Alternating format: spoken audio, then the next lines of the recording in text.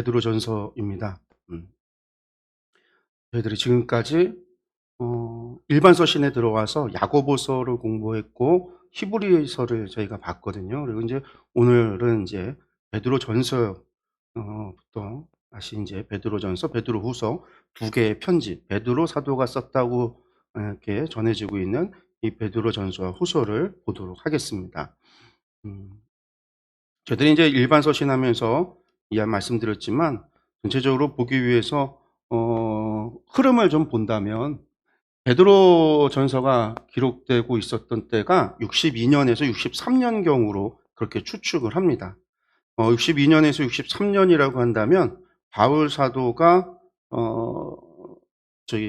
로마에 연금되었다가 2년 지나서 풀려나거든요. 아마 풀려나고 난 다음에 베드로전서, 베드로후서가 기록되지 않았을까? 저희가 그렇게 추측을 해요.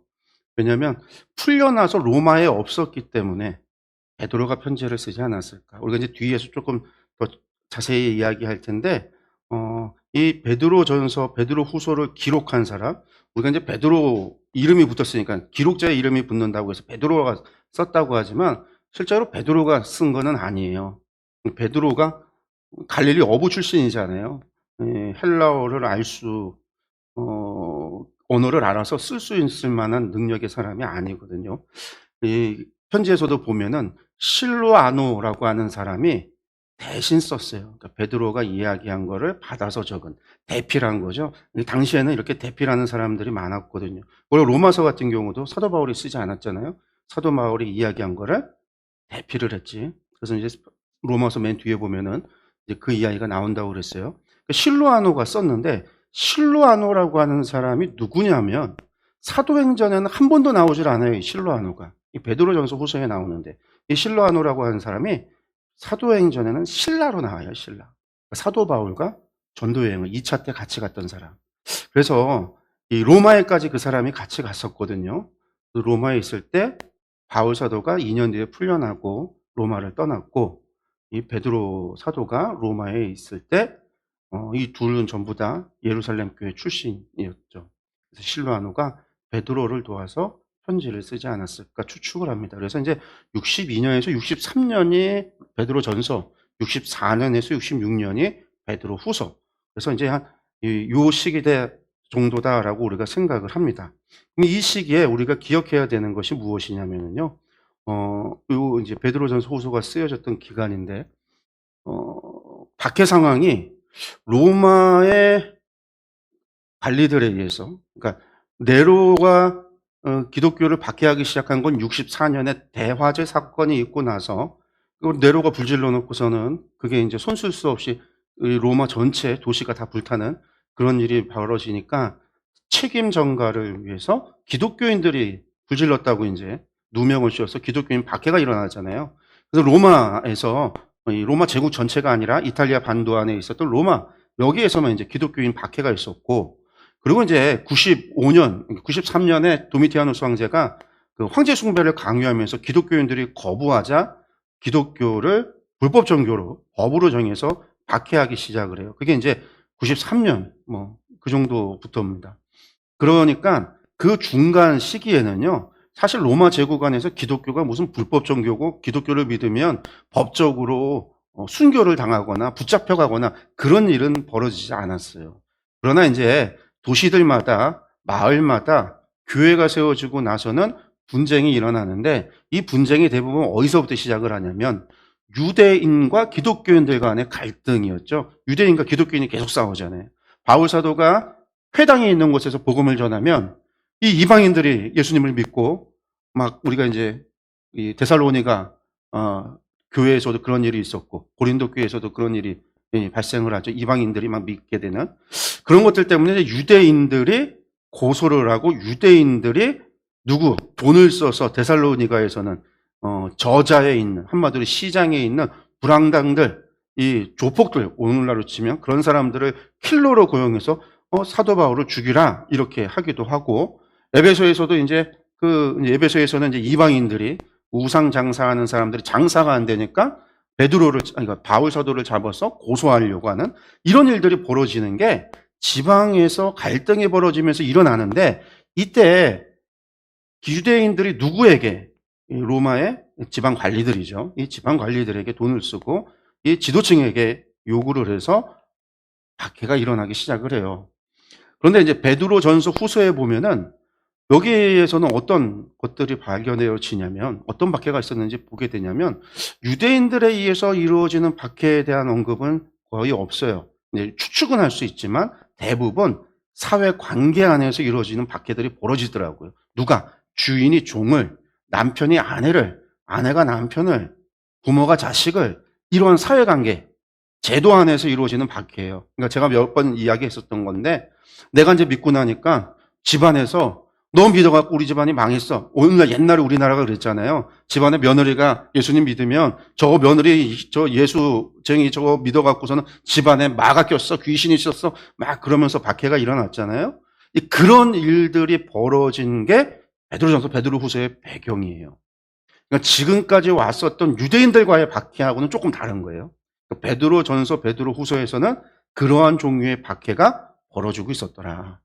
야고보서에서 박해는 뭐였어요? 49년에 기록될 때 바로 그 직전에 글라디우스 황제 때의 대기근 때문에 이루어졌던 어려움이 있었다고 그랬고, 히브리서는 예루살렘 전쟁 직전에 있어지는 일들이 있었다고 그랬고, 유대인들의 박해했었던 상황이었고, 베드로전서 후서는 사회 관계 제도 안에서 지도층에 의해서 관리에 의해서 이루어지는 박해들이었다라고 생각하시면 됩니다. 그리고 이제 일반 서신 개간할 때 말씀드렸지만 요 시기가 히브리서랑 비슷한 시기예요. 히브리서가 62년에서 66년 했는데 베드로전서도 62년에서 64년, 뭐 베드로후서가 64년에서 66년, 뭐 우리가 그렇게 얘기를 하니까 요 사이에 어떤 일들이 벌어졌냐면 62년엔 예루살렘에서 예수의 형제, 예수님의 형제였던 장로 야고보, 예루살렘 교회 지도자였던 야고보가 순교를 했고요. 로마에서 어떤 일이 있어지냐? 아까 말씀드렸죠. 64년에 로마 대화제 사건. 그리고 66년에 베드로가 순교를 해요.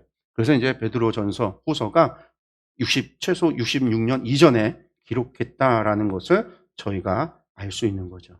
그러니까 우리가 이런 배경을 알아야, 일반 서신은 정말 박해에 관한 배경을 알아야 잘 이해할 수 있어요. 우리가 야고보서도 그 배경을 모르면 야고보서를 우리가 오해할 수 있다고 그랬고, 히브리서를 배경을 모르면 히브리서를 우리가 오해할 수 있다고 그랬어요. 이 베드로전서 후서도 마찬가지입니다. 지금 사회 제도 안에서, 내 가정 안에서 이루어지는 박해, 내 남편이 막 내 집안의 주인이 이런 사회 제도 안에서 이루어지는 박해 속에서 이루어진, 사실은 제가 이제 중국에 있을 때에도 중국 이제 교회에서 베드로전서 베드로서 제가 성경 강의를 한 적이 있어요. 그때 듣는 사람들이 처음 이제 베드로전서 후서를 듣는 분들의 반응이 그거예요. 이거 이야기가 우리의 이야기다라는 거죠. 왜? 예? 중국에서는 지금도 그런 일들이 회족 가운데서 이루어지고 한족들 가운데서도 예수님 믿으면 집안에서 박해가 막 있어요. 가족이 막 못 살게 굴어요. 그러니까 그런 일들이 벌어지니까 베드로전서 후서가, 특히 베드로전서가 예전엔 잘 몰랐는데 이제 그 설명을 듣고 나니까 이 이야기가 지금 오늘 우리에게 주는 메시지구나 라는 것을 알게 되는 거죠. 위로가 되고 그분들한테. 왜냐하면 또 베드로전서는 그런 상황에서 기록됐기 때문에 소망이 강조가 돼요. 소망이. 그래서 우리가 이제 흔히들 야고보서 믿음, 야고보서 히브리서가 믿음이에요. 믿음. 베드로전서 후서 소망, 요한 1서 사랑. 그래서 믿음, 소망, 사랑으로 계시록을 가기 전에 일반 서신이 주제가 믿음과 소망과 사랑의 주제가 담겨 있다라고도 이야기하는데, 이 베드로전서가 이제 그런 소망에 대한 이야기가 담겨 있습니다. 이 박해 상황 속에서의 소망이라는 거예요. 그리고 우리가 이제 베드로전서를 이제 들어가서 보도록 하면은요, 헬라어로는 우리가 이제 페트루 에피스톨레 알파 해서 베드로의 서신 첫 번째, 이런 얘기예요. 이제 알파가 첫 번째. 베드로의 서신이다라고 그러고요. 베드로라고 하는 말이 페트루, 이게 이제 헬라어로는 이게 이제 페트루예요. 페트루. 그리고 이제 라틴어로 바뀌면 빼테르, 이게 베드로예요. 빼테르가 라틴어예요. 그리고 이게 나중에 영어로 바뀌면 피터가 되는 거예요. 피터. 그러니까 이제 피터, 영어 이름 많이 들어보죠. 이 피터가 베드로라는 이름이에요. 피터가. 그러니까 이제 스파이더맨 영화의 주인공이 피터잖아요. 피터가 베드로라는 이름이에요. 뭐 요한은 존이잖아요. 존이 요한이었고 이 피터다. 첫 번째 편지다라는 거 기억으로 보시면 되고요. 일반 서신은 언제나 기록자의 이름을 따서 그 책에 서신의 편지의 이름이 지어졌다고 그래서 우리가 이제 기록자를 시몬 베드로라고 보고 1장 1절에서도 베드로라는 이름의 언급이 나옵니다. 예수님의 제자였고 안드레의 형제였다. 그리고 이제 아까 말씀드렸다시피 실로아노라고 하는 사람이 사도행전에서는 신라라고 나오는 이 신라가 대신해서 기록했다라고 보시면 됩니다. 수신이 또 보면 기록자, 베드로가 기록자인 이유가 뭐냐라고 이야기할 때 예수님의 삶과 가르침이 언급돼요. 예수님의 삶과. 왜냐하면 베드로는 예수님의 삶을, 예수님의 가르침을 본 적이 있어요? 없어요? 봤잖아요. 3년간 공생애를 함께 했잖아요. 사도 바울의 편지에는요, 예수님의 삶과 가르침이 없어요. 왜? 사도 바울은 본 적이 없기 때문에. 그래서 사도 바울은 뭐만 전하죠? 예수님의 십자가의 죽으심과 부활을 얘기하죠. 예수님께서 공생애 때 이렇게 사셨다. 예수님께서 이런 말씀하셨다는 이야기가 없어요. 사도 바울은. 그래서 사도 바울의 편지에는 그런 이야기가 하나도 없어요. 오직 예수님의 십자가와 부활만이 사도 바울의 증언이에요. 그러니까 베드로는 예수님의 삶을 3년의 공생애를 같이 했기 때문에 알고 있잖아요. 그래서 베드로의 편지 안에는 예수님의 삶과 가르침이 언급되고 있어요. 일부이긴 하지만 짧게. 그리고 전서 사도행전에서 베드로의 설교 사이에 보면 유사성이 많아요. 그래서 베드로 전서, 베드로의 이야기다. 그리고 이제 초대교회 이 폴리카, 로마의 클레멘트, 이레니우스를 포함해서 많은 교부들이 베드로가 이 편지를 썼다라고 인정을 한다. 근데 그 이야기는 뭐냐면 또 베드로 하면 당시에 수제자였잖아요. 수제자가 쓴 편지니까 이 편지에 권위가 있을까요? 없을까요? 권위가 당연히 있는 거죠. 야고보서의 권위가 대단했다고 그랬어요. 왜? 장로 야고보가 쓴 거니까. 사도 바울의 편지보다도 권위가 더 높았어요. 그래서 초대교회만 해도 신약 성서의 배열 순서가 일반 서신이 앞에 오고 사도 바울 서신이 바울의 서신이 뒤에 갔다고 그랬어요. 우선순위가 일반 서신에 있었다고요. 장로 야고보의 편지, 사도 수제자 베드로의 편지, 장로 요한, 예수님의 제자면서 장로 요한의 편지. 그래서 권위가 더 높았다고요. 그래서 이제 이게 초대교회 이야기를 들어도 교부들의 이야기를 들어도 베드로다라는 거예요. 그 대신에 이제 직접 쓴 거는 아니고 실로아노가 썼다라고 해서 당연히 베드로가 이야기하지만 말하는 것을 쓸 때는 쓰는 사람의 문체가 나타날 수밖에 없죠. 그래서 이제 베드로가 이제 의심하는 경우가 문장을 이렇게 갈릴리 어부, 촌 어부가 이런 헬라어를 구사할 수 있을까라고 할 때 실로아노가 썼기 때문이다라고 보시면 돼요.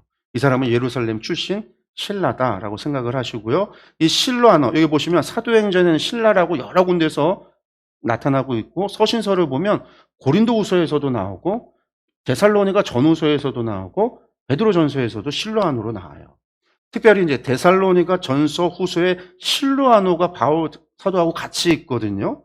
근데 바울 사도가 데살로니가 전서 후서를 기록할 때가 2차 전도 여정 때였어요. 2차 전도 여정 때 바울 사도가 누구랑 같이 전도 여행을 갔냐면 신라하고 갔잖아요. 중간에 누가 합류를 하죠? 디모데가 합류를 하고 그 다음에 무시아에서 누가가 합류를 하고 나중에 고린도 갔을 때 아볼로와 브리스가를 합류를 하죠. 그래서 이때 보면 당연히 브리스가랑 아볼로도 아니고 누가도 아니고 디모데도 아니고 신라가 있었다라는 거예요. 그래서 이제 우리가 이 데살로니가 전후서 고린도후서에 언급되어져 있는 실로아노라는 이름이 사도행전에서는 신라로 기록을 하고 있었구나라는 거를 알 수가 있어서 신라다라고 생각을 하면 됩니다.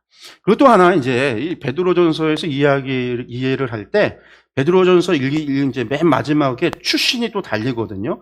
축도하고 아멘 끝나고 출신이 달려요. 이제 거기에 실로아노가 있었다. 그리고 내가 뭐 어디서 이 편지를 쓴다.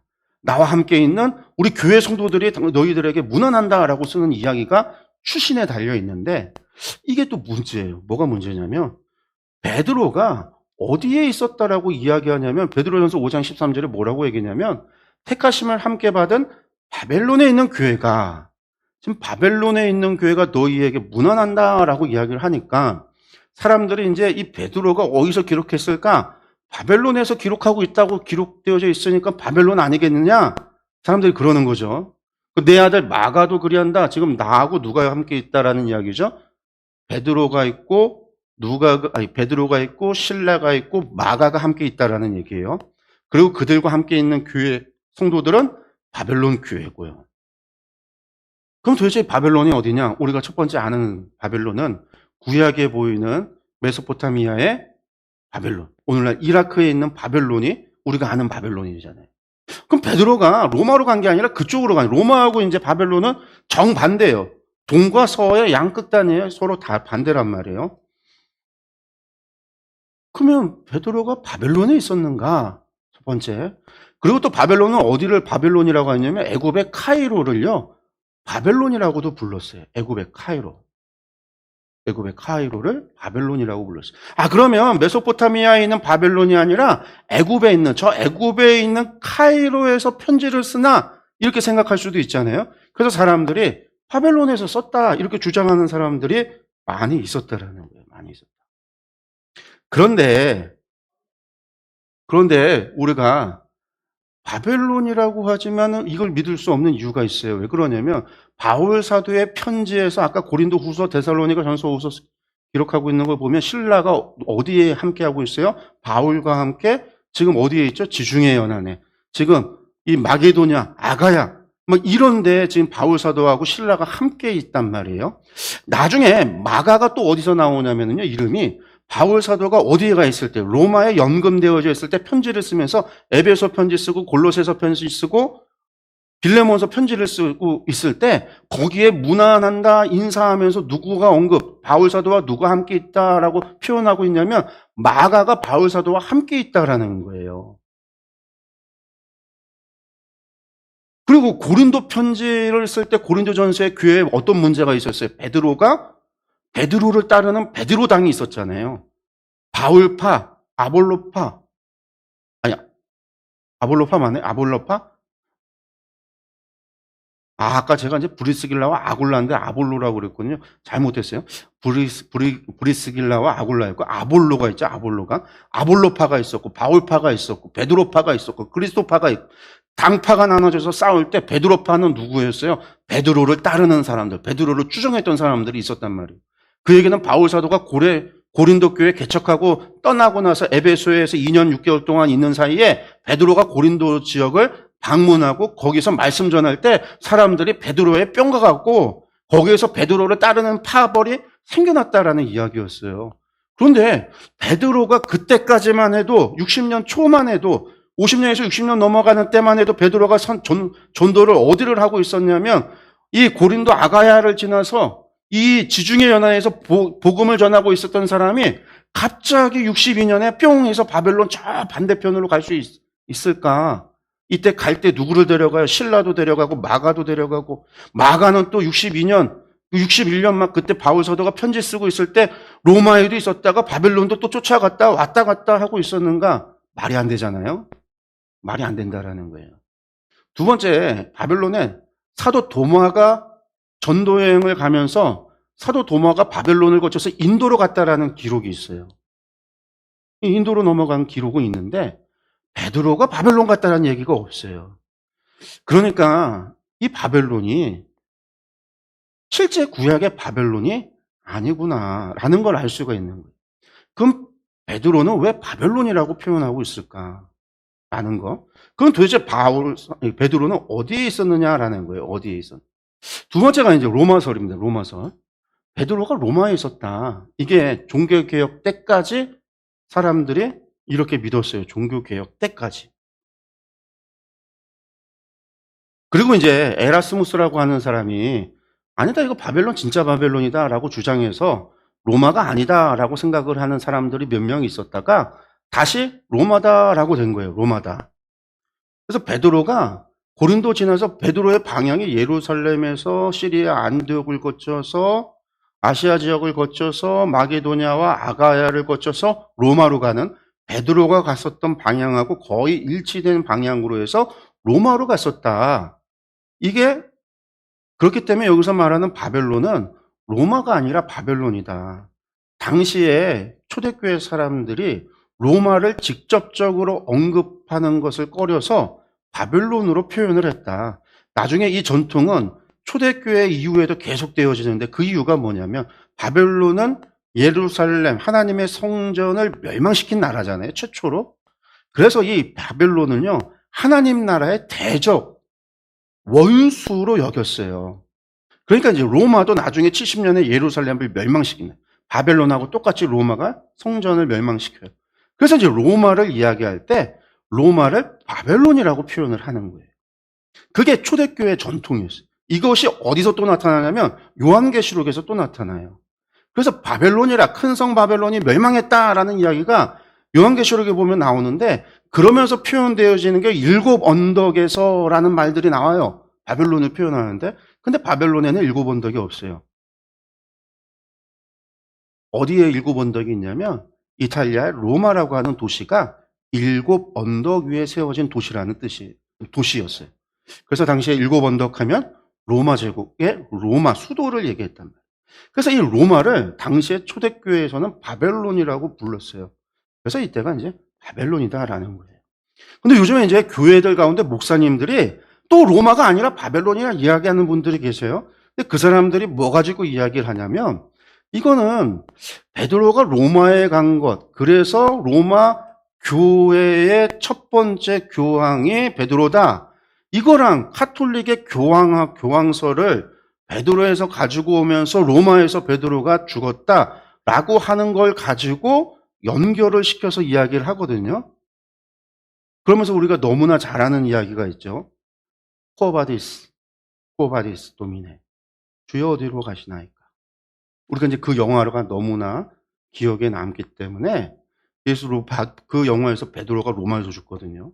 그래서 이제 사람들이, 목사님들 가운데 몇 사람들이, 이제 카톨릭을 아주 싫어하시는 목사님들, 카톨릭을 오늘날에 적그리스도다라고 이야기까지 하는 막 그런 목사님들 계세요. 이제 그런 분들이 로마 아니다, 바벨론이다, 이제 그렇게 주장하는 분들이 계세요. 혹시나 여러분들이 유튜브나 그런 데서 어떤 목사님들의 이야기 듣다 보면 그런 얘기가 나오면, 아, 이분들은 카톨릭을 아주 싫어해서 그렇구나. 근데 그분들의 얘기가 맞는 것들이 좀 있긴 있어요. 여기 보시면 이게 이제 코바디스 도미네, 코바디스라는 영화, 잘 아시는 영화죠.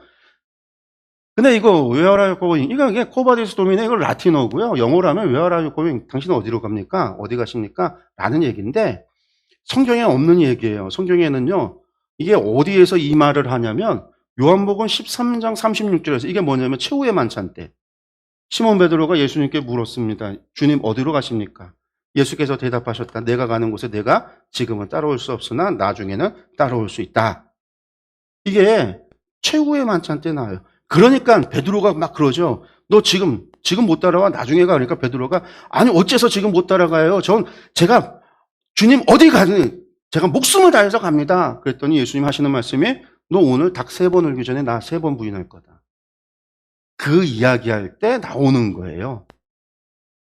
주여 어디로 가십니까? 너는 나 따라올 수 없다. 따라오지 못한다라는 이야기. 그 다음에 나중에 요한복음 맨 마지막에서 갈릴리에서 예수님께서 베드로를 만나서 3번 묻잖아요. 내가 나를 사랑하느냐? 주여, 내가 주를 사랑하는지 주님 아십니다. 그때에 3번 주님, 3번 질문하고 베드로가 3번 대답한다고 우리 너무 잘 아는데, 요 3번 이야기 뒤에 뭐가 나와요? 내 양을 먹이라. 그리고 반드시 하시는 말씀이 있어요. 나를 따르라. 내 양을 먹이라. 나를 따르라. 내 양을 먹으라. 나를 따르라. 어디로 가십니까? 그때는 못 간다. 그런데 부활 이후에 베드로를 만나고 나를 따르라라는 거예요. 그리고 한 번 이야기에 또 나와요. 아니, 그럼 저 요한이라고 직접 온 건 안 되지만 저 사람은 어떻게 됩니까? 라고 그랬더니 예수님께서 네가 무슨 상관이냐 하고선 너는 나를 따르라. 이게 요한복음의 끝이에요. 내가 나를 따르라. 원래 여기 있는 얘기예요. 그럼 도대체 베드로가 로마 교회에 있다가 박해가 있으니까 도망가다가 로마로 내려가는 길에 예수님을 만나서 그때 베드로가 물어봐요. 예수님 어디 가십니까? 그랬더니 예수님이 뭐라고 하셨다고 그러죠? 네가 떠나서, 이거를 이제 좀 의역을 해놓은 데는 어떻게 의역까지 해놓냐면요, 네가 양을 버리고 떠나니까 내가 내 양을 위해서 죽으러 간다. 베드로하고 질문했었던 걸 가지고 다시 그랬다라는 거예요. 그래서 베드로가 다시 올라가서 십자가에 달려 돌아 죽는데 어떻게 죽어요? 거꾸로 매달아달라. 이 이야기는 어디에 나오는 거냐면 베드로 행전이라고 하는 외경에 나오는 이야기예요. 외경. 우리 성경에 나오는 이야기가 아니라 외경 가운데 베드로 행전이라고 하는 성경이 있어요. 그러니까 사도행전의 외경쯤 되는 외경이에요. 거기에 나오는 거고요.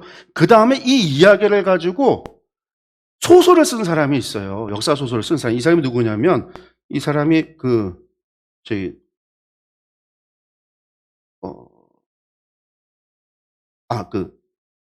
폴란드 사람입니다. 폴란드의 헬리크 시엔키에비치라고 하는 사람이에요. 이름도 좀 어렵죠. 이 사람이 누구냐면요, 노벨 문학상을 받은 사람이에요. 이 사람이 쓴 소설이 코바디스예요. 코바디스.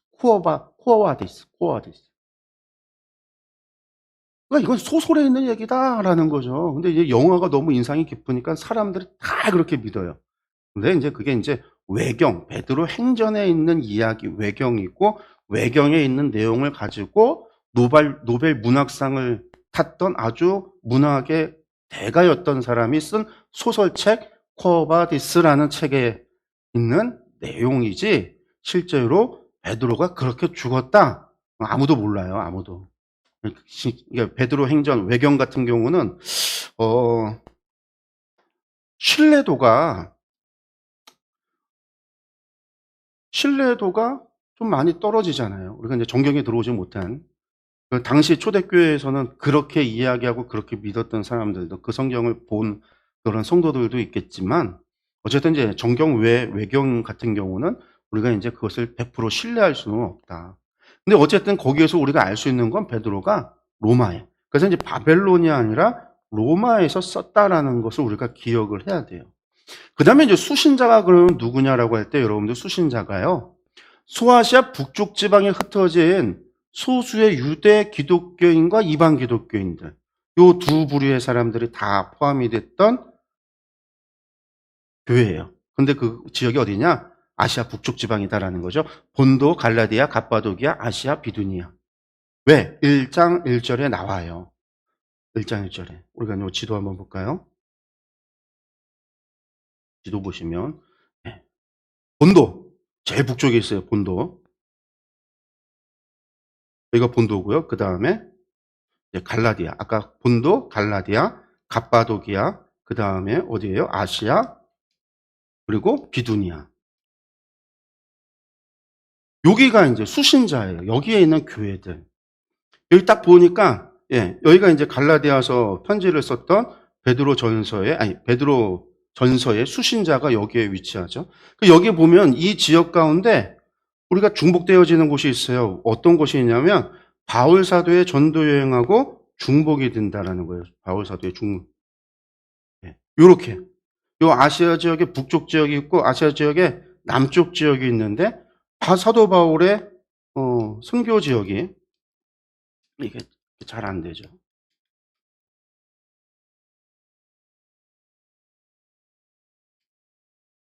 여기가 선교 지역이에요. 여기 보시면 시리아 안디오, 길리기아, 그리고 갈라디아, 남갈라디아, 그 다음에 아시아죠.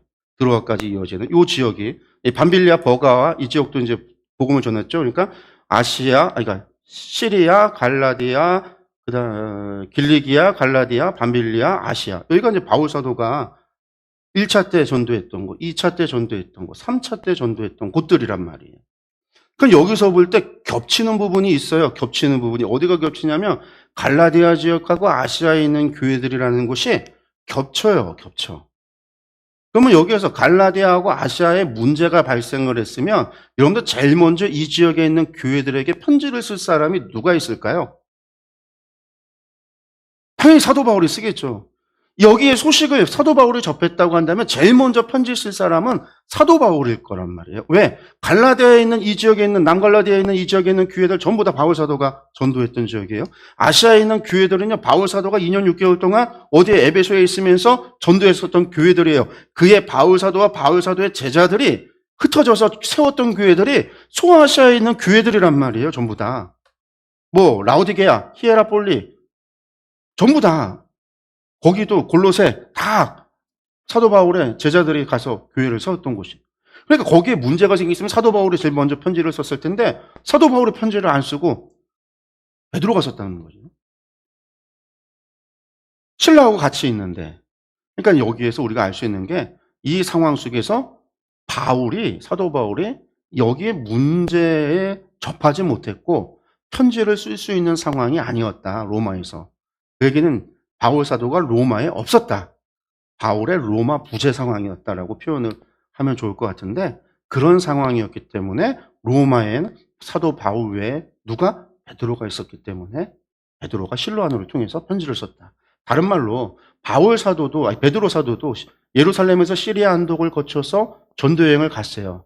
근데 베드로가 어디를 갔는지는 정확하게 몰라요. 우리가 시리아 안디옥에 갔었던 건 알고 고린도에 갔었던 것도 알고 우리가 로마에 간 것도 이제 알게 되는데 다른 지역은 잘 모르는데 아마 이 베드로전서 같은 경우를 통해서 사도 베드로가 이 지역을 갑바도기아, 북갈라디아, 본도, 비두니아를 거쳐서 이렇게 넘어가지 않았을까. 그래서 이 지역에 대한 영향력을 베드로가 가지고 있었기 때문에 베드로가 편지를 쓰지 않았을까라고 우리가 추측을 하는 겁니다. 이때 배경을 좀 보면은요, 먼저 로마의 상황을 보면 반기독교적인 정서가 확산이 되기 시작했다. 로마의 기독교 교회가 확산되기 시작을 했어요. 당시의 상황 속에서 보면은 이제 외경들의 이야기들을 들어보면 당시 로마에 있는 로마의 원로원에 있는 원로원의 아내도 예수님을 믿고 로마 교회 성도로 오는 일들이 벌어졌다라는 기록들이 있어요. 그러니까 지금 로마 사회 전체, 로마 제국 안에, 이 로마 도시 안에서 최하 계층뿐만이 아니라 자유인들뿐만이 아니라 여러분들 원로원이라고 하면 당시에 로마 황제를 제외하면 최고 정치 지도자들이에요. 원로원들이. 그 원로원 가정까지 복음이 침투해 들어갔고 원로원의 아내도 예수님을 믿는 일들이 벌어질 정도로 사회 전반적 계층 안에서 복음이 확산이 되고 있었다. 그런데 당연히 복음이 확산이 되면 어떤 일이 벌어진다고요? 싫어하는 사람들이 벌어지죠. 당연한 거예요. 왜? 예수님의 그리스도의 도는요, 이방의 우상 숭배를 허용하지 않잖아요. 당연히 부딪힐 수밖에 없는 거예요. 갈등이 벌어질 수밖에 없어요. 기독교가 힘이 없을 때는요, 박해를 받는 거예요. 기독교가 힘이 있을 때는요, 기독교가 어떻게 해요? 박해를 하죠. 당연하잖아요. 우리가 성경에 보면 여호수아서 보면 하나님의 나라가 힘이 있을 때 정복을 하잖아요. 물론 이제 세상 정복하고는 다르지만. 그리고 이제 중세시대 때 교회가 힘이 있으니까 교회가 힘을 사용해요. 하나님하고 뜻하고는 상관없이 잘못된 길을 가게 되는 것이 정치 권력을 가지고 잘못된 길을 가는 것이지만 어쨌든 당시에 갈등이 벌어질 수밖에 없었어요. 하지만 로마 안에서 불법 종교로 인식되지는 않았습니다. 인식되지는 않았어요. 그리고 이런 박해의 가장 핵심은 유대인들의 선동에 의해서 주도되고 있었다라는 점이죠. 유대의 상황은 어떤 상황이었는가라고 할 때 62년부터니까요. 네로의 반유대 정책이 있었습니다. 언제? 그 가이사랴에서 문제가 있을 때 제가 히브리서 이야기할 때 말씀드렸죠. 그 가이사랴에서 이방인들과의 갈등이 있을 때 네로가 누구의 손을 들어줬다고요? 이방인의 손을 들어줬다고요. 이 가이사랴 도시가 누구의 도시냐, 이방인의 도시냐, 유대인의 도시냐라고 갈등과 싸움이 있을 때 이방인의 손을 들어줬던 사람이 네로. 그리고 이뿐만이 아니라 이때 내려왔던 총독들, 이 지방행정관들이라고 했는데 유대에 내려왔던 총독이라는 것들이 나쁜 짓을 많이 했어요. 돈을 한몫 챙겨서 가려고. 그래서 아주 폭정을 행하는 일들이 많았어요. 그래서 유대의 반란이 계속해서 나오는 거예요. 반란이. 문제가 자꾸 나오는 거예요. 우리가 성경에 보면 잘 안 나오지만 유대 반란이요. 우리가 70년의 유대 전쟁 하나만 생각하는데 로마가 이스라엘 지역, 이 유대 지역을 정복하고 나서 예루살렘이 멸망하는 70년까지요.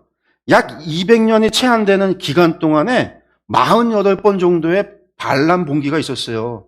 반란이.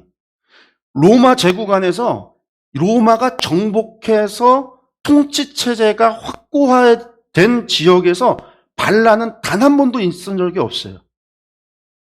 그래서 팍스 로마나예요. 로마 제국이 세상을 정복하면 그 안에는 뭐가 있다? 평화, 팍스, 평화가 있다라는 거예요. 우리가 알 수 있는 거는요, 카이사르가 갈리아 전쟁을 했을 때 그 전쟁에서 정복한 지역에서 중간에 폭동 반란이 일어나서 갈리아인들을 다 모아서 규합해서 큰 전쟁이 발생했던 거 딱 한 번 있어요. 근데 그것도 갈리아를 다 정복하기 전에 벌어졌던 거예요. 전쟁하는 가운데 이미 정복된 지역에 있는 사람들까지 반란을 일으켰던 것이 실제로 로마가 정복하고 나서 반란이 없었어요. 근데 유대가 왜 이렇게 무장봉기가 일어나는가? 반란이 40몇 번씩 일어나는가? 페르시아가 정복하고 있을 때 아시리아 제국한테 정복당했죠. 바벨론에 의해서 정복당했죠. 페르시아에 의해서 정복당했죠. 헬라에서 정복당했죠. 근데 이스라엘이요, 아시리아, 바벨론, 페르시아 그리고 헬라 때까지 오는 동안에 반란이 없었어요. 거의 반란이 없었어요. 근데 이놈의 로마가 정복했을 때는 이렇게 많은 반란이 계속된 거예요. 70년에 멸망할 때까지. 왜? 엄청난 폭거가 있었기 때문에. 유대를 향한 엄청난 학대와 핍박과 갈취가 있었기 때문에, 종교적인 탄압도 벌어졌기 때문에. 그래서 나중에 2세기 가면요, 130년경인가요? 그쯤에 바로크 제2차 유대전쟁이란 바로크 전쟁이 벌어졌을 때 로마가 진짜 열받는 거죠. 왜? 팍스 로마난데. 세상을 황제가 들어오는 아우구스티누스 이후에 제국의 국경은요, 확고해졌어요. 국경에 독일 라인강으로 한 북쪽에 라인강변을 했던 그 도나우강 라인, 국경선이 도나우강이었다 나중에 라인강까지 올라가는데, 그리고 이제 동쪽에서는 어디예요? 이 파르타하고의 국경, 이 유프라테스강, 메소포타미아 지역의 유프라테스강, 그것을 해서 국경. 남쪽은 사막. 그래서 사실은 외부에서의 침입이나 그런 것들이 별로 없었고, 내정은 안정되어졌고, 그래서 팍스 로마나예요. 평화의 시기인데, 이놈의 유대인들만 주구장창 반란을 일으킨다는 거죠. 그래서 나중에 이제 유대인들을 이 예루살렘과 이스라엘 땅에서 제거해서 싹 몰아내는 거죠. 그러고 난 다음에 그 땅을 아예 유대가 아니라 이름을 변경해서 팔레스타인, 이름을 로마가 바꿔요. 유대인들은 그 땅 예루살렘에 못 살게 해요. 다 쫓아내요. 다 종으로 다 데려가요. 추방령을 내려버려요. 그리고 그 땅의 모든 명칭을 싹 바꾸는 거죠. 이스라엘의 유대의 역사를 지워버리겠다라는 거였어요. 그만큼 로마가 유대를 싫어했던 거죠. 이가 갈리니까. 왜? 왕조가 바뀌었잖아요. 그래서 유대의 상황이 그런 것들이 그 중에서도 70년 유대 전쟁으로 달려가는 상황이었다. 이 생각을 하면 정치적으로도 아주 혼란하고 폭거와 폭정이 있었구나라는 걸 알 수 있죠. 민족주의 당연히 독립에 대한 활동들이 많이 있었고, 그리고 이제 유대교로 돌아가는 기독교인들, 우리가 히브리서에서 이야기했어요. 돌아가는 일들도 있었고, 유대인들에 의해서 기독교 박해가 최고조에 이릅니다. 이 최고조에 이르다가 예루살렘 멸망하고서 유대인들이 기독교를 더 이상 박해를 못해요. 왜? 유대인 권력자들이 사라지니까. 그럼 이제 기독교 상황은 어떻게 되는가? 62년 야고보 순교 이후에 예루살렘 교회 권위는 상실했고, 박해는 심해지고 있지만 희한하게 복음은 확장되고 있었던 상황. 박해가 있는 곳에 순교가 있는 자리에서 언제나 교회가 부흥을 하잖아요. 복음이 확장되고 있어요. 그러면서 특별히 이방 지역에서는요, 예수 그리스도를 믿는다는 이유만으로 어떤 일이 벌어진다고요? 가족과 친족과 친구, 그리고 주인과, 그리고 나라, 정부로부터 고난과 박해가 다 사회제도 안에서 이루어지는 온갖 박해가 벌어지기 시작하는 때가 바로 이 시기다. 그러니까 유대인 박해가 최고조로 이르는 바로 그때에 이 사회제도 안에서의 박해가 같이 시작하는 거예요. 그래서 이제 기독교에 대한 박해가 시작이 됐다. 귀록연대를 보면 62년, 63년이라고 말씀드렸죠. 바울 후기 서신을 알고 있었다. 내용이 그런 것들이 있는 것을 추정해 볼 수 있고요. 실로아노하고 마가가 언급이 되고 있다. 이 둘이 로마에 있었던 때가 바로 이때니까요. 60에서 62년. 바울이 개척한 교회와 아까 중첩됐죠. 아시아, 갈라디아 중첩되는 걸 볼 수 있어요. 근데 가혹한 박해가 있고 불시험 이런 것들이 있어서 박해와 시험이 있어졌다라는 거. 그리고 아까 말씀드렸다시피 바울이 편지를 쓸 수 없는 부재 상황. 왜 부재 상황이냐? 60년에서 62년 연금되어 있다가 62년에 풀려나면 바울 사도가 어디로 간다고 그랬어요? 5차 전도 여정에서 서바나를 간다고 그랬잖아요. 서쪽으로 간다고. 서쪽으로 갔다가 63년 지나서 63년쯤에 크레타 섬으로 다시 돌아와서 64년, 65년에 에베소 마게도냐 그리고 아가야로 내려가는 그 바울 사도의 전도 여정이 있단 말이에요. 그러다 보니까 로마를 떠나 있는 상황에서 바울은 편지를 쓸 수 없는 상황, 그때에 쓰지 않았을까라고 생각을 합니다.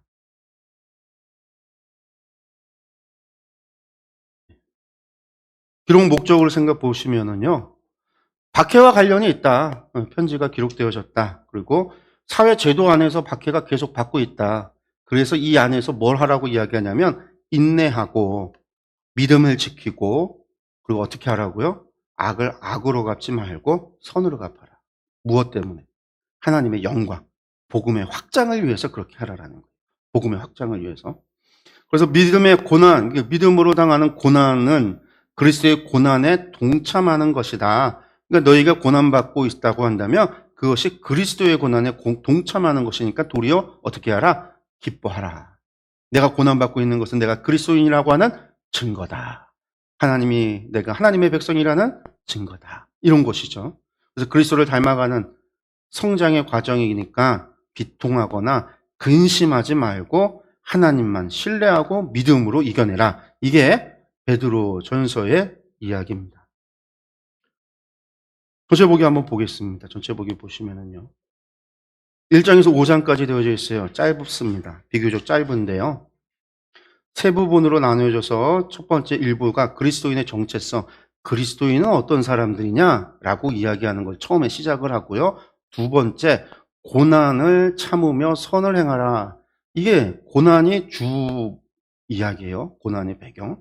그래서 고난을 참아야 된다라는 이야기를 하고요. 그 다음에 3부는요. 그리스도의 고난에 참여해라. 참는 것뿐만이 아니라 적극적으로 어떻게 참여하라는 거예요? 그리스도의 고난에 참여하라는 거예요. 수동적으로 고난이 아니라 내가 적극적으로 그리스도의 고난에 참여해야 된다라는 거예요. 다른 말로 이야기해서 그러면요. 당시 로마 사회에서 고난에 참여할 수 있는 방법은 뭘까요? 저 좀 고난, 저 좀 박해해 주세요. 그게 아니라 내가 어떻게 할 때인 거죠? 나의 신분을 노출할 때. 내가 그리스도인이다라는 사실을 노출할 때 박해가 오잖아요. 나는 믿는데 난 마음으로만 믿고 티는 안 내. 주일도 안 지켜. 안식일도 안 지켜요. 주일도 안 지켜. 우상 숭배하러 사람들, 가족들 다 가면 따라가서 같이 절하고 같이 참여하고. 그런데 그거는 숨기고 있는 거잖아요. 그러면 박해받을 일 없죠. 근데 박해받는다는 건 사실은 내가 내 신분을 노출하는 거예요. 그럼 내 신분을 노출하는 이유는 뭘까요? 자랑하려고요? 아니요. 내가 믿는 것을 증언하려고. 복음을 전하기 위해서. 그러니까 베드로전서에서의 모든 박해는요. 복음으로 인한 박해고 복음을 전하기 위한 박해. 그래서 하나님의 영광을 위해서. 그래서 박해받아도 돼. 박해받다 죽어도 된다라는 거예요. 베드로는요. 왜? 우리에게는 구원이 확정되었으니까.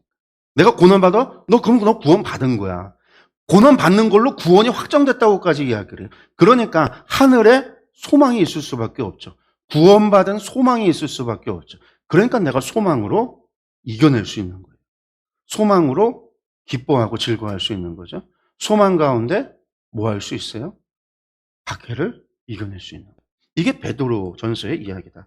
이제 작게 보기로 들어가면 3개, 2개, 3개로 되어져 있습니다.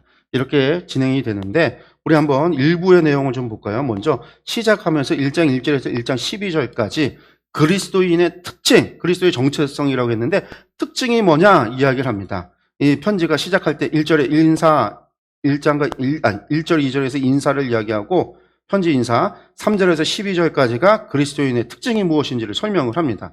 인사 보시면은요, 아까 봤던 거 그거 그대로예요. 예. 어디에 편지를 써냐? 본도, 갈라디아, 갑바도기아, 아시아, 비두니아에. 누가 쓰냐? 사도 베드로가. 누구에게 쓰냐? 이 지역에 흩어진 나그네.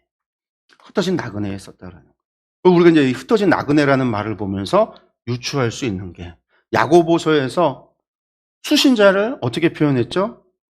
흩어진 12지파에. 기독교인들이 흩어졌던 사람들을 흩어진 12지파에게, 그게 12지파가 흩어진 게 아니라 성도들이 박해와 고난을 피해서 예루살렘과 유대를 떠나서 주변 지역으로 갔었던 유대인 기독교인들을 흩어진 12지파라고 표현을 했잖아요. 마찬가지로 여기서는 흩어진 나그네, 이건 박해를 떠나서 떠나갔던 사람들, 뿐만 아니라 복음의 전파를 위해서 흩어지는 사람들, 바로 그들을, 교회 성도들을 이야기하는 겁니다. 그래서 이제 흩어진 나그네 하면 이게 다 교회 성도들이구나라고 보시면 되겠어요. 그 다음에 3절에서 12절에 그리스도인이 어떤 사람들인가 그 특징에 대해서 설명을 하는데, 첫 번째, 그리스도인의 소유한 것, 그리고 그리스도인의 유업이 뭐냐라고 이야기를 하는데, 3절과 4절의 말씀을 우리가 함께 보겠습니다. 우리 주 예수 그리스도의 아버지 하나님을 찬송하리로다. 그의 많으신 긍휼대로 예수 그리스도를 죽은 자 가운데서 부활하게 하심으로 말미암아 우리를 거듭나게 하사 산 소망이 있게 하시며 썩지 않고 더럽지 않고 쇠하지 아니하는 유업을 있게 하시나니 곧 너희를 위하여 하늘에 간직하신 것이라. 여기서 말하죠. 베드로 전서는요, 소망의 책이라고 그랬어요. 우리에게 뭐가 있게 하기 위해서? 산 소망이 있게 하기 위해서. 왜 산소망이 있게 하냐면요, 썩지 않고 더럽지 않고 쇠하지 않은 유업을 있게 하려고. 사명 때문에 우리에게 산소망이 있게 한다라는 겁니다. 사명 때문이에요. 내가 사명을 감당하지 않으면 필요가 없어요. 우리가 성령님의 권능을 받는 거는요, 예루살렘과 온 유대와 사마리아 땅끝까지 증인이 되기 위해서 받는 거지, 내가 여기서 성공하고자 성령의 권능이 주어지는 게 아니란 말이에요. 지금이 수능 지금 철이에요. 뭐 교회들마다 100일 기도 시작을 해갖고 지금 한참 오고 있어요. 이제 수능이 얼마 남지 않았으니까.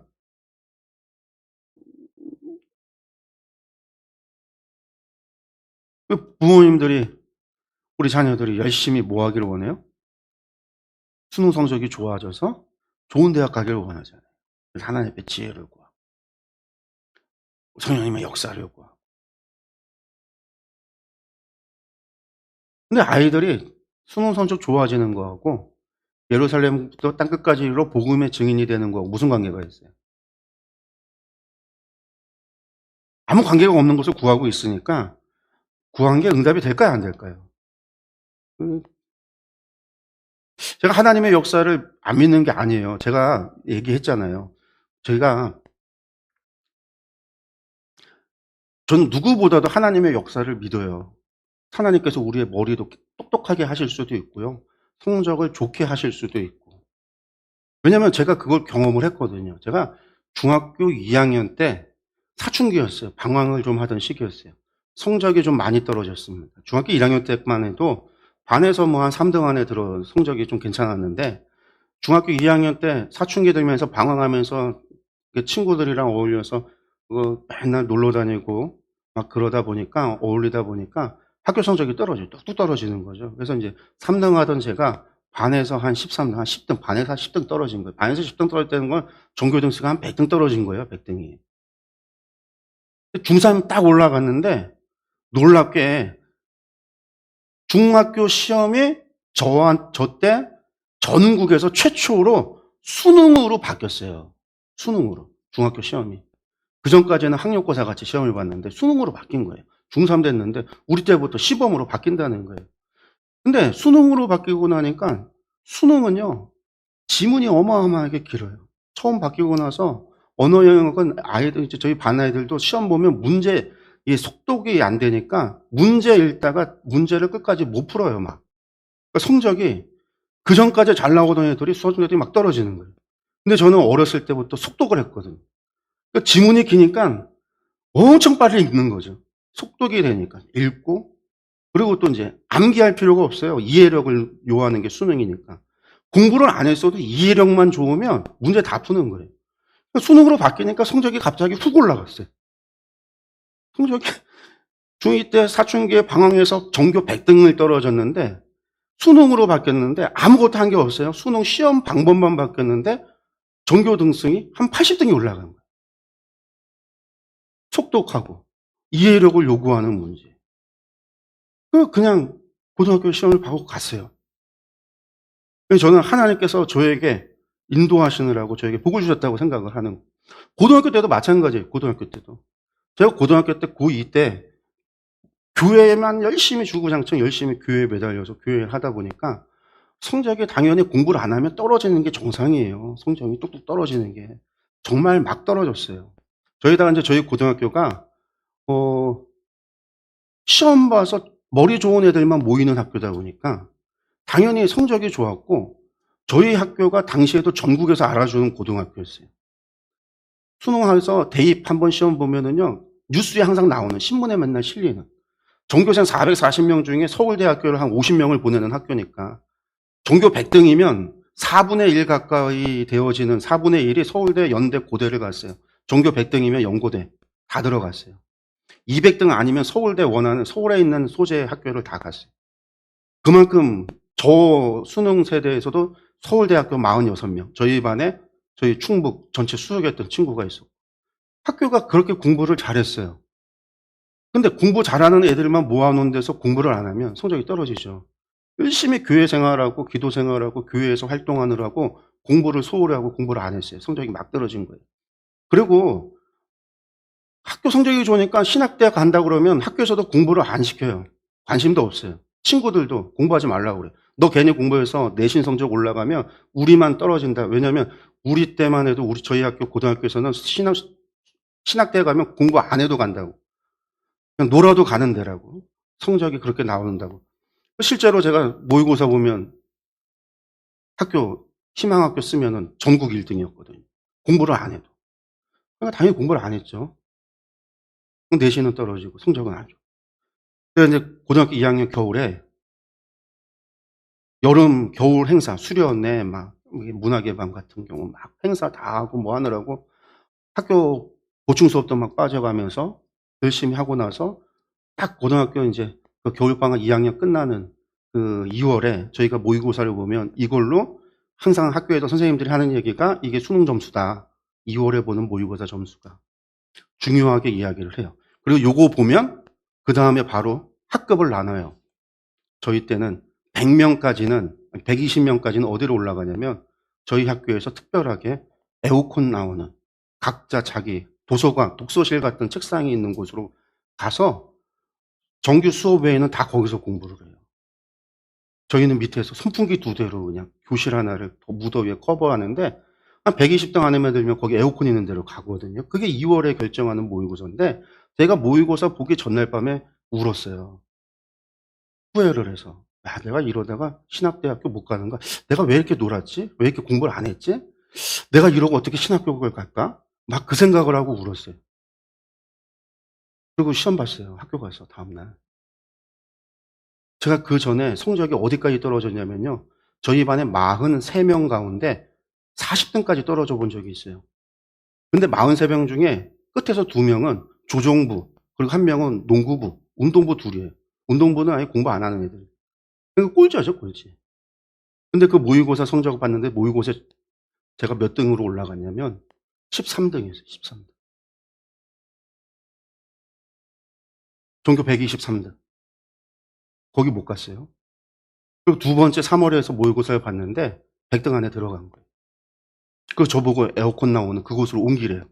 그래서 두 번째 3월에 모의고사 보고 글로 올라갔어요. 근데 3월에 거기 가니까 주일날에도 교회를 못 가는 거예요. 못 가게 해요. 모여서 공부를 해야 되니까. 오전 예배만 가고 오후 예배 못 가는 거예요. 그래서 한 달 만에 제가 저 교회 가야 되니까 신학교 갈 거니까 저 내려가겠습니다. 제 발로 제가 짐 싸서 내려왔어요. 그리고 제가 하나님께서 저희에게 지혜를 주시면 성적도 올라간다. 믿어요. 제가 안 믿는 게 제가 경험했다니까요.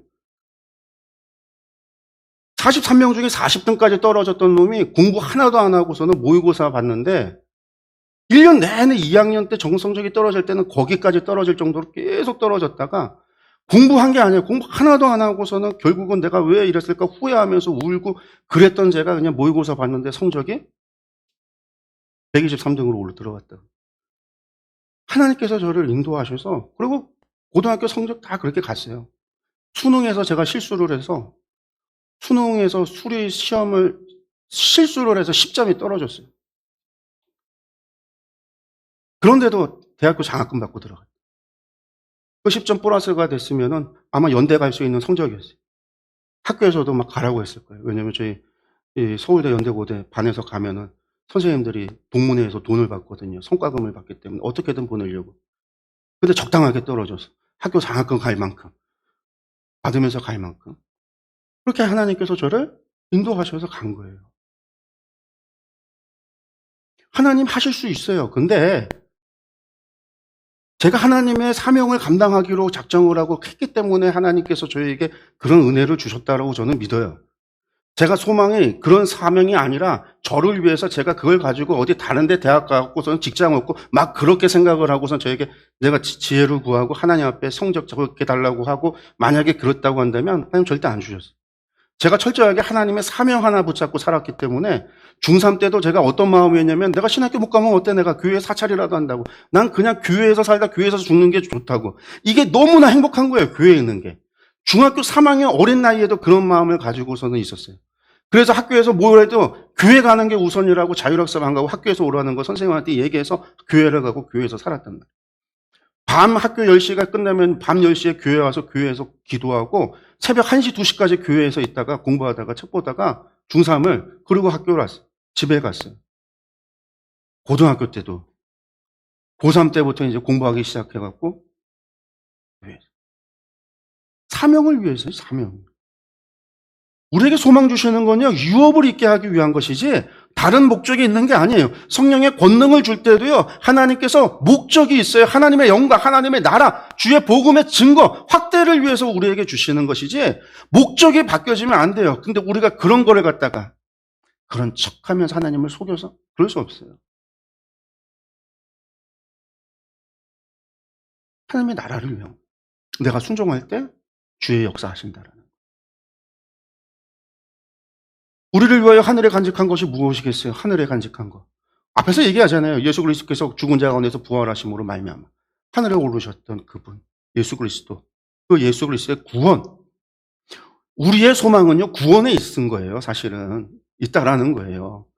그 구원이 나만이 아니라 온 세계의 모든 열방 가운데 예루살렘으로부터 땅끝까지 모든 민족으로 모든 사람에게 그 구원이 임했음을 선포하고 전파하기 위해서. 아니, 이미 구원은 임했어요. 예수님께서 십자가에 달려 돌아가심으로 말미암아 우리의 모든 죄를 다 사하여 주셨기 때문에 우리에게 이미 구원의 프로세스는 가동이 된 거예요. 하나님이 우리에게 다 내가 너희를 다 죄를 사하겠다. 내가 너희를 다 구원하겠다. 하나님 이미 결정하셨어요.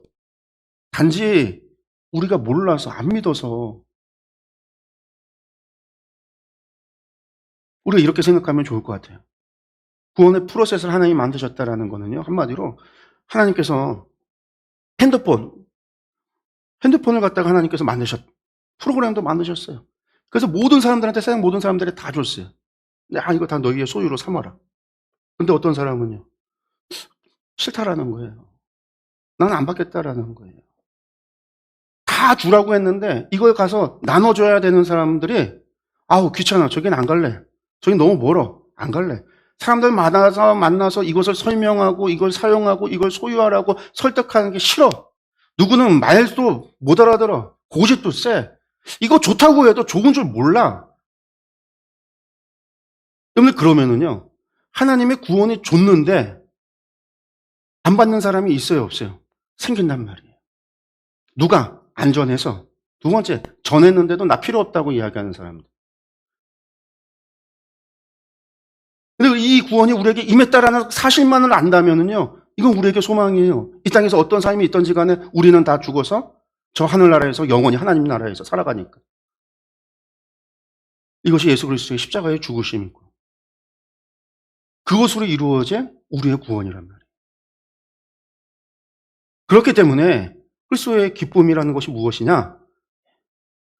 말하죠. 너희는 말세에 나타내기로 예배하신 구원을 얻기 위해서 믿음으로 말미암아 하나님의 능력으로 보호하심을 받았으니 구원 얻기 위해서 지금 우리는요 능력으로 보호하심을 받아요. 구원은 이미 주어졌지만 그렇지만 우리가 구원이라고 하는 게 하나님 나라에서 영원히 하나님과 사는 것이라고 한다면 아직 구원이 왔어요, 안 왔어요? 실제적으로는 우리가 아직 안 왔죠. 우리가 세상에서 우리가 살아가고 있으니까. 구원이 임했음에도 불구하고 베드로전서에서 말하는 구원의 의미는 어떤 의미냐면 하나님 나라에서 살아가는 영원히 사는 것을 구원으로 베드로는 이야기하면서, 그러니까 구원이라는 말도 의미가 조금씩 달라요. 우리 누가복음 할 때 제가 구원이 뭐라고 그랬어요? 막 병 고치면 하나님께서 너 구원 받았다라고 표현했다고 그랬죠. 삭개오의 집에 들어갈 때 오늘 이 집에 구원이 임했다라고 말했어요. 이거는 하나님 나라에 가는 것이 구원이라고 말하는 게 아니라 몸 치료가 되고 우리를 얽어매고 있는 우리의 속박하고 있는 것들에서 해방되는 것을 구원이라고 누가복음은 표현하고 있는 거예요. 의미가 약간씩 다 달라요. 베드로에서는 하나님의 나라에 가는 이것을 위해서 하나님께서 우리를 능력으로 보호하고 계신다라는 것. 박해와 고난이 와도 우리의 구원은 흔들리지 않을 수 있는 것은 하나님이 우리를 보호하시니까 박해와 고난이 사라진다라는 얘기가 아니에요. 고난과 박해가 와도 나의 구원은 보장된다라는 거예요. 그러니까 너희가 이제 여러 가지 시험으로 말미암아 잠깐 근심하게 되지 않을 수 없으나 오히려 크게 기뻐하라. 그렇죠. 시험이 안 온다는 게 아니에요. 시험도 온다라는 거예요. 그렇지만 하나님께서 우리의 구원을 확정하고 계시니까 기뻐하라. 무서워할 필요 없고 두려워할 필요 없고 기뻐하라. 여러분들의 구원은요, 하나님께서 보장하십니다. 여러분들의 구원은요, 이미 하나님께서 정하신 거예요. 그러니까 기뻐하십시오. 구원의 기쁨을 누리시기 바랍니다. 세 번째, 그리스도인의 믿음이 뭐냐? 그러니까 믿는 거, 무엇을 믿는 거냐? 너의 믿음의 확실함은 여러분들 불로 연단하여도 없어질 금보다 더 귀하여 예수 그리스도께서 나타나실 때 칭찬과 영광과 존귀를 얻게 할 것이니라. 여러분들 확실한 믿음은 이거는요, 베드로가 지금 쓰고 있었던 편지, 이 편지를 받아들이는 그 성도들이 본도와 갈라디아와 갑바도기아와 아시아와 비두니아의 성도들이 믿음으로 고난과 박해를 이겨내고 있었기 때문에 그들의 믿음을 칭찬하면서 여러분들의 믿음의 확실함이 이렇다라는 거예요. 금보다 더 귀하다. 여러분들의 믿음을 그리스도께서 오실 때에, 재림하실 때에, 나타나실 때 칭찬과 영광과 존귀, 그 여러분의 믿음이 칭찬받고 영광받고 존귀함을 얻게 될 거다. 예수를 너희가 보지 못했으나, 보지 못했죠, 그 사람들은요. 사랑하는도다 이제도 보지 못하나 믿고 말할 수 없는 영광스러운 즐거움. 보지 못했지만 믿기 때문에 믿음은요, 보지 못하는 것에 증거라고 그랬잖아요. 말하는 것에 증거라고 그랬잖아요. 그러면서 우리의 믿음이 결국 뭐라고요? 영혼의 구원을 받는 거다. 여러분들이 믿는 것이 그 믿음으로 구원을 받는 거다. 하나님 나라에 간다. 하나님 보장하셨는데 그것을 여러분들이 믿는 것이 여러분의 영혼의 구원을 받는 것이다라는 거예요. 그러면서 그리스도인의 받은 은혜가 무엇이냐? 이 구원에 대해서는 하면서요, 너희에게 임할 은혜. 여러분들, 이 구원에 대해서는요, 이 은혜, 이 구원이 임하는 게 은혜인데 이것을 예언했던 선지자들이 있어요. 어떤 사람들이 있었어요? 구약의 많은 선지자들이 예수 그리스도의 이 땅에 오심에 대해서 이야기했고 메시아의 사역에 대해서 얘기했단 말이에요. 그 선지자들이 연구하고 부지런히 살펴서 자기 속에 계신 그리스도의 영이 그 받으실 고난과 후에 받으실 영광을 미리 증언하여 누구를 또는 어떠한 때를 지시하는지 상고하니라 예언하는 선지자들이 그랬단 말이에요. 이 섬기는 바가 자기를 위한 것이 아니요 너희를 위한 것은 계시로 알게 되었으니 이것은 하늘로부터 보내신 성령을 힘입어 복음을 전하는 자들로 이제 너희에게 알린 것이, 우리같이 복음 전했던 사람 사도들로 인해서 너희에게 복음이 전해진 것, 그것이 너희에게 임한 것. 그것은 천사들도 살펴보기를 원하는 것.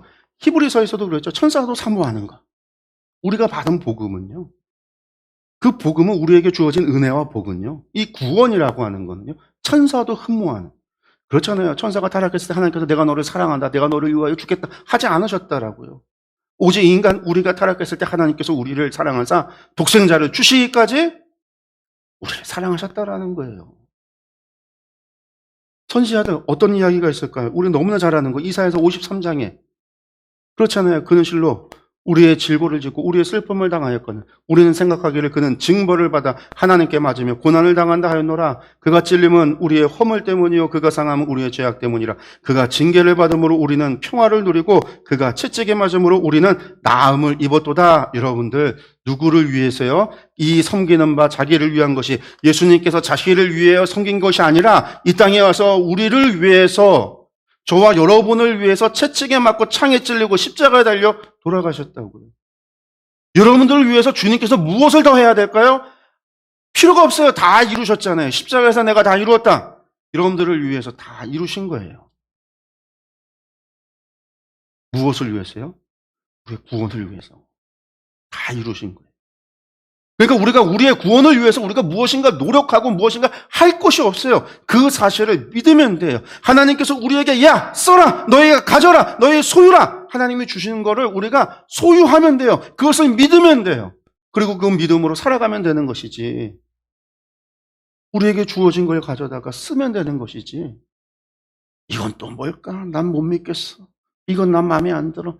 부수고서 풀어서 해체해서 내 맘대로 내가 새롭게 만들 거야. 그런 게 필요가 없는 거예요. 구원은 예수 그리스도가 우리를 위하여 다 이루셨다라는 십자가에서. 그러니까 믿기만 하면 되는 이 사실. 이것이 우리의 소망이라는 거죠. 베드로가. 우리가 저희가 오늘 1장 1절에서 12절 첫 번째 부분 그리스도인의 특징에 대한 것까지 이야기를 했어요. 시간이 넘어가서 오늘은 여기까지 하고 다음 주에 저희가 모든 행실에서 거룩한 자가 되라. 계속해서 이어서 베드로전서의 내용을 보도록 하겠습니다. 여러분들 베드로전서 우리가 기억해야 된다라고 했는데 뭘 기억하면 좋을까?